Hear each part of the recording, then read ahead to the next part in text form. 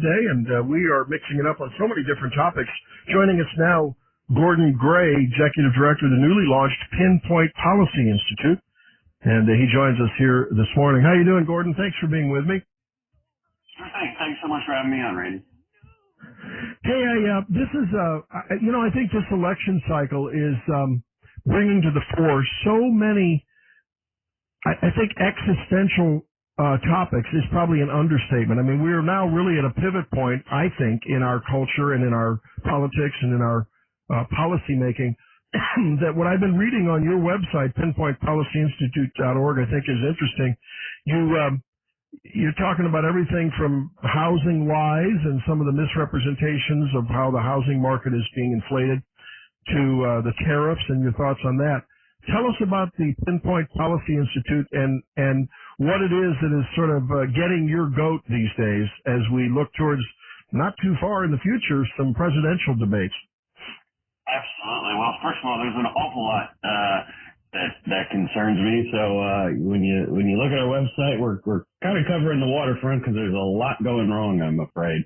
And that's basically our mission.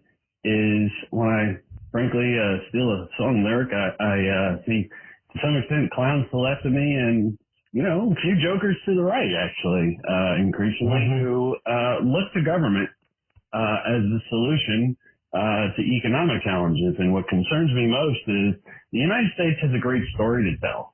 We are the largest economy in the world. I understand we've got some problems, but nevertheless, we still have the highest standard of living among major economies, and that's because compared to Europe, compared to other countries, we value markets, we value innovation, we value enterprise, and in general, that's how our policy has approached economic the economy. And I am concerned with politicians, policymakers becoming enamored of the levers of government power, and they want to use those levers to tell people that they can solve all of your problems, and they just can't. And we're seeing this. And I think one of the topics that's top of mind for everybody is inflation, and some of this is directly traced to the overreach of government. All right. Well, that's interesting. I was looking at your bio, and you worked with Senator Rob Portman's campaign, Senator John McCain's presidential campaign. And, I think your opening sort of overview, I think, along with your history, it brings up in my mind the tension that I think many of us have in the conservative movement. Mm-hmm. About the question of both of those gentlemen, I think could be fairly said are moderates, right? They're not hard right. They're not Freedom Caucus people. But many people, I'm increasingly hearing the word, Gordon, uniparty when it comes to our legislators. And I mean, and what I'm getting at there is that have we come to a point in America when people who claim to be conservatives, people who claim to be free markets, in big air finger quotes there, actually still enjoy and want and sort of tacitly approve of whatever government largesse they have, whether they're farmers getting agricultural subsidies, whether they're doctors getting paid by Medicare and Medicaid, whether they're lawyers who benefit from the ever-expanding number of statutes and IRS regulations. Oh, let's not forget the CPAs, teachers. You see, everyone seems to have their hand out for Mama Bird to get their little part of the worm. And have we come to a point where everyone doesn't want to admit it, but we all want our little bit from Santa Claus government? Is that where we're at now? I think that's a legitimate concern. I really do. And I find that, as government gets bigger, it becomes enmeshed increasingly in the economy. And when that becomes the case, if you want to participate in the economy, then you got to participate by way of the government. And that gives rise to that kind of rent seeking that you're talking about, where everybody, you look around and you see, okay, well, this company is getting a subsidy and this company is getting a tax break, or this industry is getting preferred treatment. And you're like, well, all right, I'm not going to unilaterally disarm So I guess I got to get in on the party, and that's just how the government creeps and gets bigger and bigger. And I'm concerned about that trend. Well, I'm glad to hear you say that. And I love the way you put that. It's and I don't know whether we can turn it around. And I don't know whether, some people I guess would say we shouldn't, but you think about the current GOP presidential, presumptive nominee, Donald Trump. Mm-hmm. So many people that are MAGA, and I don't know how I describe myself. I in general support, his policies. I struggle with some of his somewhat, I think, less than presidential behavior, but I like the fact he shoots from the hips. I think that's a refreshing thing in American politics. He's not going to touch Social Security, Gordon. He's not going to touch Medicare. And I think we'd all agree that, especially with our population we're not even in replacement mode for our population. How are we going to have these, what are basically pyramid schemes, we got younger generations Absolutely. supporting, olders. How are we going to, without someone who's got the cojones to change that, and it seems like every politician who does loses in the primary or in the general, how are we going to turn that around? I mean, can organizations like yours and think tanks somehow talk to America about how ultimately, while on the short term that may be good not to mess with those so you can get yours, maybe for your kids and their kids, it may not be the best thing. Is it possible?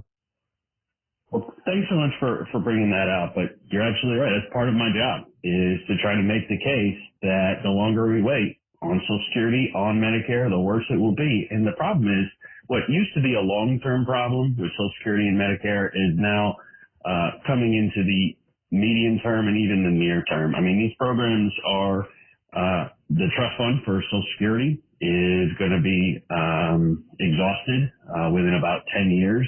Same thing goes up to Medicare. And so if you're a policymaker and you want to say, we're not going to touch these, something's going to happen to them whether you like it or not. With Social Security, when that trust fund becomes exhausted, benefits will be cut by about 20%. And no president wants that to happen under their watch. So for people running for office, they have to have a plan for that. Right, and they just don't want to admit it. It's a problem. They really want to get into office first by promising, look, we're a nation that struggles with obesity, right? And so with policymakers, they want to tell people you can eat ice cream and drink soda. Touching Social Security and Medicare is like diet and exercise. Nobody wants to do that. Well said. We're talking with Gordon Gray, who's the executive director of the Pinpoint Policy Institute at pinpointpolicyinstitute.org. But there are some bright spots, and this is where I know in your mission, about tab, I was reading that. You talk about innovation and entrepreneurship and individual rights and the rule of law and so forth.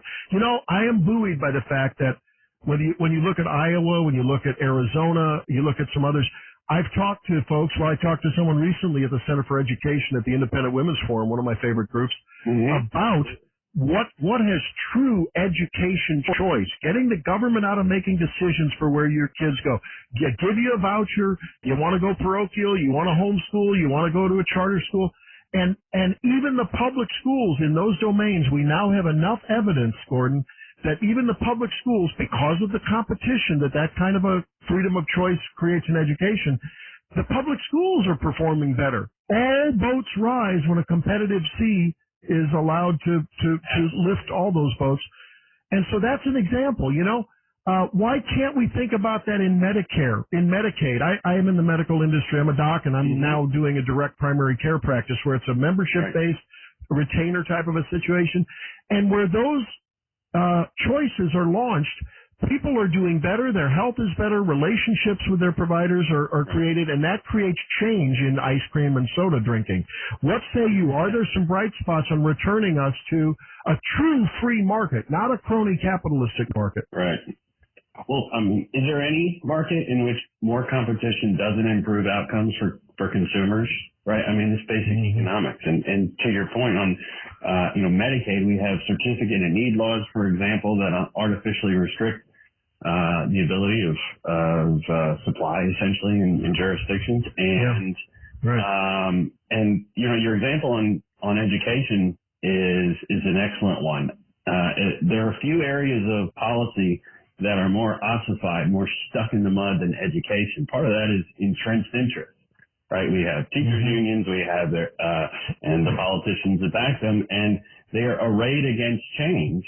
And if you can kind of break that logjam and remember that the point of education is to educate, not be a jobs program or vote for voters who vote in a certain way, essentially the teachers union, well then you get back to first principles, you improve outcomes for students, and we're all better off as a society for it.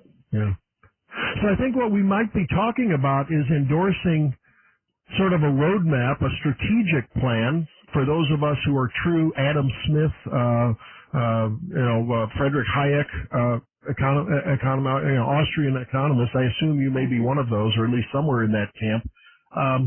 It sounds like what we need to do is the first step is, okay, we're going to plunder the people to a central government, and the states do this as well. But I'd rather have it at the state. If it's going to happen, I'd rather have it at an arm's length state denomination rather than the big federal government. But so we're going to take the money, send it to D.C., carve out a lot of overhead for the bureaucracy at the Department of Education, the Department of whatever, the HHS. But at least let's get back to where we return vast amounts of money without many strings attached and let the states and the people do with it. That's stage one. But then shouldn't stage two be, why don't we just keep our money in the first place and let's take those 6 or 7 richest counties around Washington, D.C., that is the richest counties in the country because of the lobbying and all of the, I want a little bit of mine. And then just see those become some of the poorest counties, and let D.C. become a decentralized. I mean, I know I'm a utopian visionist. I understand that, but boy, wouldn't that be a good roadmap for restoring America? I think we could all agree that it would be a good thing if people's taxpayer dollars were not increasingly concentrated in Washington D.C. or the suburbs that are full of the consultants and contractors. I think we would all agree that would be a positive development. Yeah. How are we going to get there, Gordon? I mean, is it lost on us? And what can voters and listeners do this cycle? I mean, many here in Missouri, we're looking at a primary we're a little late in our primaries. We're in August, some of the primaries have already taken place. What are the questions? What are the 2 or 3 questions that voters should ask people when they're at a candidate, at a stump speech, and, they're contemplating, especially those independents who ultimately determine the outcome in elections, let's be honest about it. What should they be asking? Well, thank you for asking. I think what they should do is, everybody comes to these policy debates from their own perspective, but I think they should put it to those candidates is, do you trust me to manage my life, my business, or do you expect that I have to run my business, run my, in some cases, family decisions, either through your office or through an office in Washington, D.C. I think that's fundamental to the tension that we were talking about before, which is where is the vibrancy of the U.S. economy? And it is in basically the distributed genius of the American people, right? That's how markets work, is we don't trust a central planning authority to make these decisions. Instead, we allow people across the United States to make those decisions, and that's how we have vibrancy in our economy. And when we look to the rest of the world, that's not what they do. And I think when policymakers, when their first answer to a problem is, well, I'll pass this law or I'll do this, I think should be a red flag for people. Yeah. Well, Gordon Gray, we appreciate your thoughts on this. It was, I guess, a largely a strategic discussion with a few tactical points there that I think would be really well considered by everyone listening. And we would invite folks to take a look at pinpointpolicyinstitute.org. Let's continue the conversation as the election season rolls on, if we may. Certainly, and thanks so much for having me on, Randy. I really appreciate it. All right. Hey, I appreciate you too. Thanks, buddy. Appreciate it. Gordon Gray with the Pinpoint